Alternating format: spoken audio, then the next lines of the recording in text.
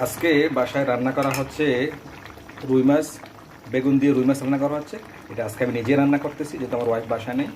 যাই হোক, কেমন হয় একটু জানাবেন ইনশাআল্লাহ। কালারটা কিরকম আসছে সেটা জানাবেন। কি সবাই ভালো থাকবেন, সম্পূর্ণ ভিডিওটা দেখবেন। আসসালামু আলাইকুম, সবাই কেমন আছেন? আরেকটা রেসিপি নিয়ে চলে আসলাম। আজকে রুই মাছ দিয়ে বেগুন দিয়ে রান্না করা হবে, সাথে সাথে ধনিয়া পাতা এবং আপনার পেঁয়াজ।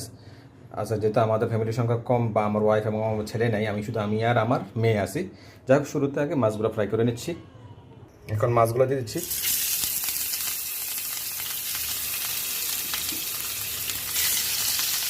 যেহেতু আমরা দুইজন মানুষ, 4 পিস মাছ দিয়ে দিচ্ছি।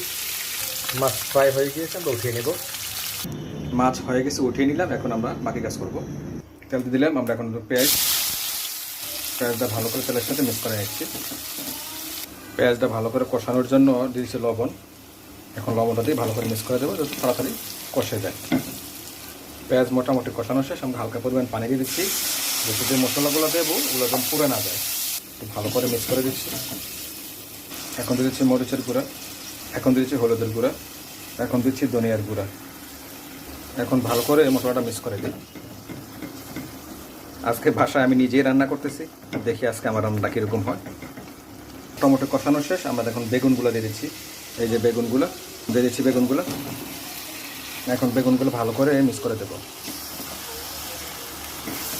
যাই হোক, আজকে রান্নাটা কীরকম হয় দেখতেছি ইনশাআল্লাহ।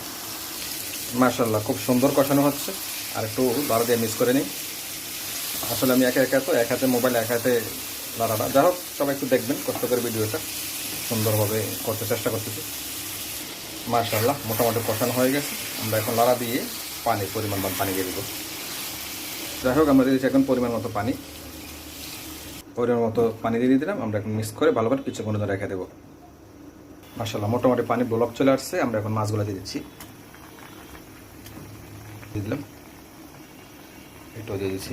যেহেতু আমাদের সদস্য সংখ্যা কম বা আজকে আমি রান্না করছি, কমেন্ট করে জানাবেন কীরকম কালার আসছে।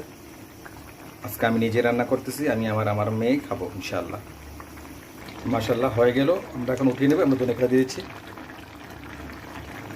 ভালো করে ধনিয়া পাতাটা একটু মিক্স করে দেয়, যেহেতু ফ্লেভারটা সুন্দর আসে, খেতেও ভালো লাগে।